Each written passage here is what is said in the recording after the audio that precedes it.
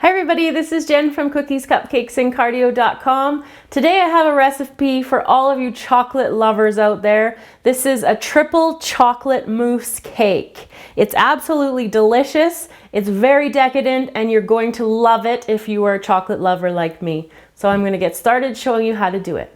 To make the bottom layer of the triple chocolate mousse cake, you're going to need 7 ounces of bittersweet chocolate. I'm using it in chip form, but you can use it in any form of chocolate that you have. Just cut them up into nice small little pieces like a chip. You're going to need 1/3 of a cup of brown sugar, 4 eggs, and they're going to be separated into yolks only and egg whites only, 1.5 teaspoons of vanilla extract, 3 ounces of butter, which is equivalent to 6 tablespoons of butter, a pinch of salt, and 3/4 of a teaspoon of espresso powder.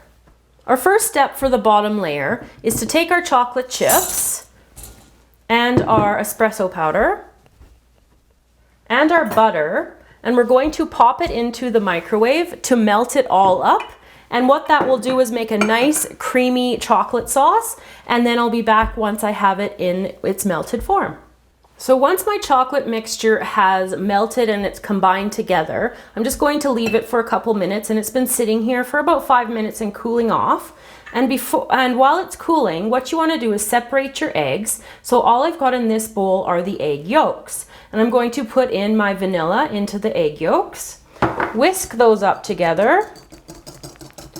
And then once the chocolate is cooled, you'll put this egg yolk mixture into the chocolate and mix that up. So here we go, mixing this up. I'm just going to stir it until it's combined. So we'll be up for the next step. With the chocolate set aside, we're going to be starting on whipping up the egg whites. So I've got just the separated egg whites here, and I'm putting them into my mixer with a whisk attachment. And I'm going to put the salt in at this point as well. I'm going to whisk it for about 30 seconds until it's frothy. Once you have a little bit of froth there, you're going to take half of the brown sugar and put it in and whisk it up for another 30 seconds.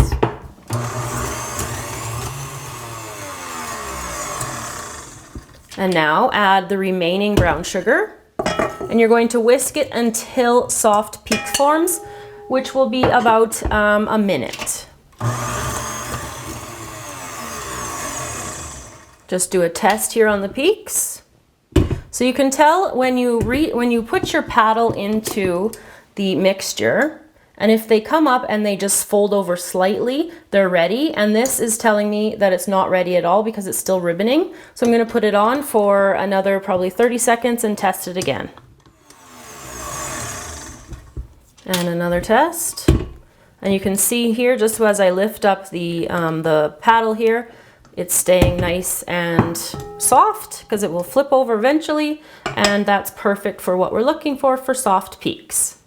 The next step is to combine our egg white mixture with our chocolate mixture. So I'm going to take about 1/3 of the egg white mixture, and I'm just going to use my spoon to mix it in, just gently changing or gradually changing the color.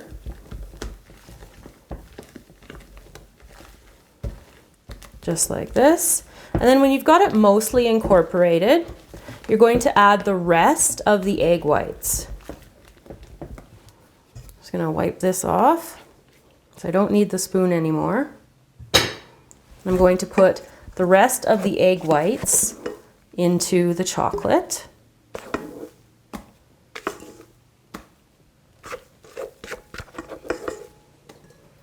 And then using a gentler folding motion, I'm just going to fold the egg whites into the chocolate until there are no white streaks remaining.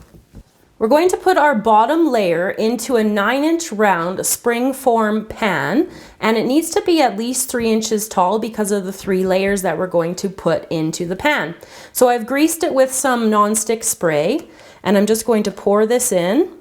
And we need to bake this initial layer in the oven at 325 degrees Fahrenheit. Now, if you're using the bottom of your springform pan, if it's metal like this one is, you're only going to need to bake it for about 20 minutes until it's risen in the center.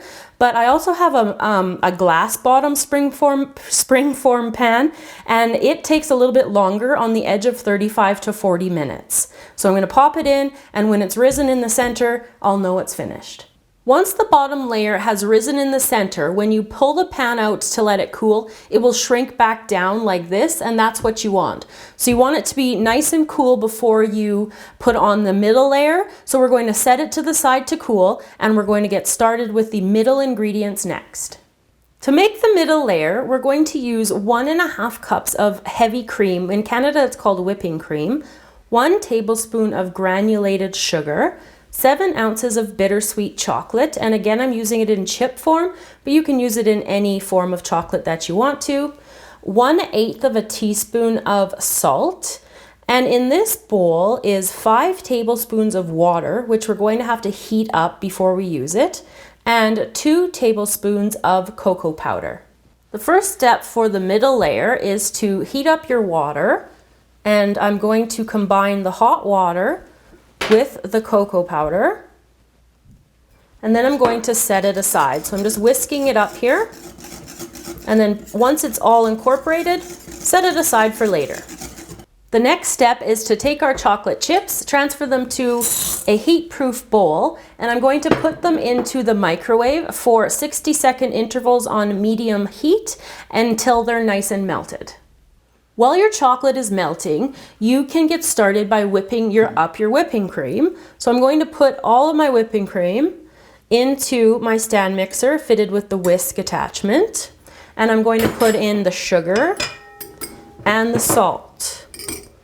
I'm going to start it out for about 30 seconds at medium speed, and then I'm going to turn it up to full speed for at least a minute until it is mixed and is completely, it's gone to those soft peaks.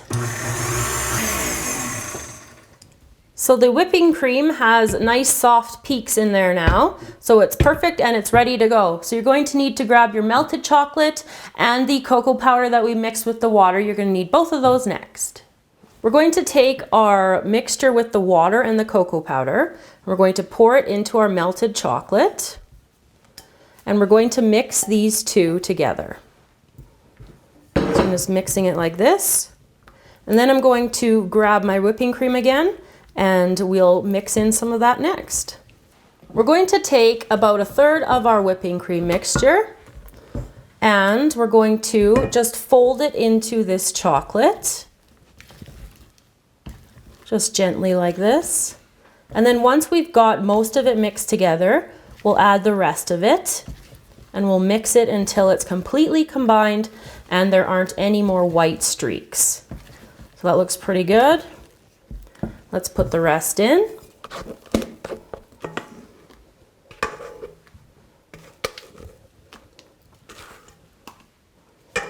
So once you have this mixed up, what you're going to do is you're going to put it on top of your cooled initial layer. So the bottom layer that we baked in the oven, this is going to go on top of it. And then it will need to go into the oven, into the fridge to cool for probably about 30 minutes until it's nice and cool before we put on the top layer. So we're going to take our mousse layer and we're going to put it on top of our initial layer. Spoon it onto here. And then once you've got it all in the pan, like I was saying before, you're going to want to put it into the fridge, and it's going to sit for about half an hour until it's nice and chilled. To make the top and final layer, we're going to be using 6 ounces of white chocolate, and again I'm using it in chip form. We're going to need 1.5 cups of whipping cream, and I've divided them into 1 cup and 1/2 cup because we're going to need to use those two portions separately. 1 tablespoon of water and 3/4 of a teaspoon of unflavored gelatin, which is the stuff that makes Jell-O the way that it is, and it can be found in the Jell-O aisle in your grocery store. What we're going to do first with the top layer is to take our gelatin and we're just going to mix it in with the water. So just mix it up and set it aside. It needs to sit for at least 5 minutes, and then you'll see it will become nice and thick. After our gelatin has solidified, we're going to heat up the whipping cream for about a minute and 15 seconds in the microwave, so it's nice and hot. And I'm just going to pour it over top of the white chocolate. And I'm going to take my gelatin out. So you can see it's nice and thick now. And I'm going to combine all of these and mix it up together. And we'll end up with a really nice white chocolate, almost like a ganache. We're going to take the remaining whipping cream and put it into our stand mixer again. And I'm going to whip it up just like before until soft peaks form. Just like before, we're going to take 1/3 of the mixture and put it into the bowl and then mix it up to make a little bit of a lighter shade. This layer is going to be quite runny, so it's going to be easily poured on top of the previous darker chocolates. So I have that ready to go there. Now I'm going to put the rest in and mix that up until, again, there's no more whipping cream, white streaks or anything in the batter. So I'm going to keep folding it in and mixing it in, and then I'm going to go grab the rest of the cake that's in the fridge, and I'll be back to show you how to finish off the top layer. All we're going to do to finish off the mousse cake here is just going to put our top layer onto the top here and just spread it around. And if you want it to be really flat, all you need to grab is just one of these offset spatulas and just go around the top just like this, and you'll end up with a really flat top. So once you've got this white layer on, what you're going to do is pop it back into the fridge for about probably 1 hour to 2 hours you want to leave it, and then it'll be ready to be brought out. So when this has chilled sufficiently, I will be back. So once the cake has cooled completely and it's solidified, what I'm going to use to decorate it are some fresh raspberries, some chocolate shavings, and I've got some melted white chocolate and some melted dark chocolate. So I'm just going to release it from the spring here and pull this off. And then what we can start doing is just placing the raspberries around the outside. And this is, of course, optional. You can decorate it any way that you'd like to. So I'm going to go all the way around. So I ran around the outside with the raspberries, and I did a little circle in the center. And in the center of that circle of raspberries, I'm just going to put some chocolate shavings, just like that. And then with my melted dark chocolate, I'm going to go just in like a zigzag over the top of each of the raspberries, all the way around the cake. I'll just do a little bit here to show you. And then I'm going to switch to the white chocolate and go over the same path, just like this. So I'll finish off the cake with the dark and the white chocolate, and I'll be back to show you the finished product.